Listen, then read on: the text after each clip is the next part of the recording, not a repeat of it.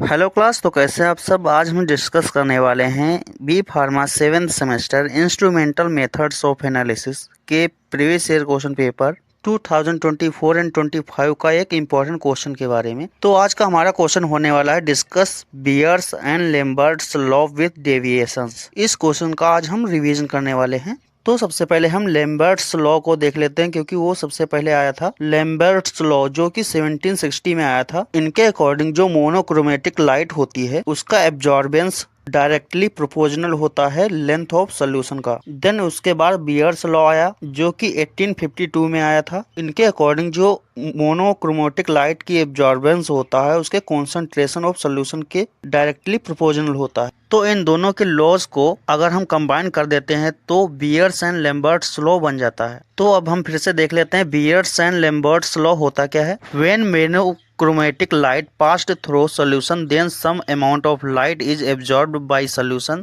The absorption of light is directly proportional to the concentration as well as length of solution. मतलब अगर किसी monochromatic light को किसी solution के द्वारा पास करवाते हैं तो उसकी लेंथ और जो उसकी कॉन्सेंट्रेशन होती है सोल्यूशन की दोनों के प्रोपोर्शनल होती है डायरेक्टली। अब हम डेरिवेशन को देख लेते हैं। When monochromatic light pass through any solution, so change in intensity over per unit change in distance is directly proportional to the concentration of solution and initial intensity of light. So हमारा formula हो जाएगा minus D I upon D x directly proportional C into I. Minus because light intensity decrease हो रही है और अगर proportional का symbol हटाते हैं तो कांस्टेंट लग जाता है। लास्ट में हमारा एक डेरिवेशन बनता है minus D I upon equal to K into C into D X. Then उसको इंटीग्रेट करते हैं तो हमारा फार्मूला बनता है 2.303 log base 10 I naught upon I equal to K C L. चूंकि के अपॉन 2.303 इजकल टू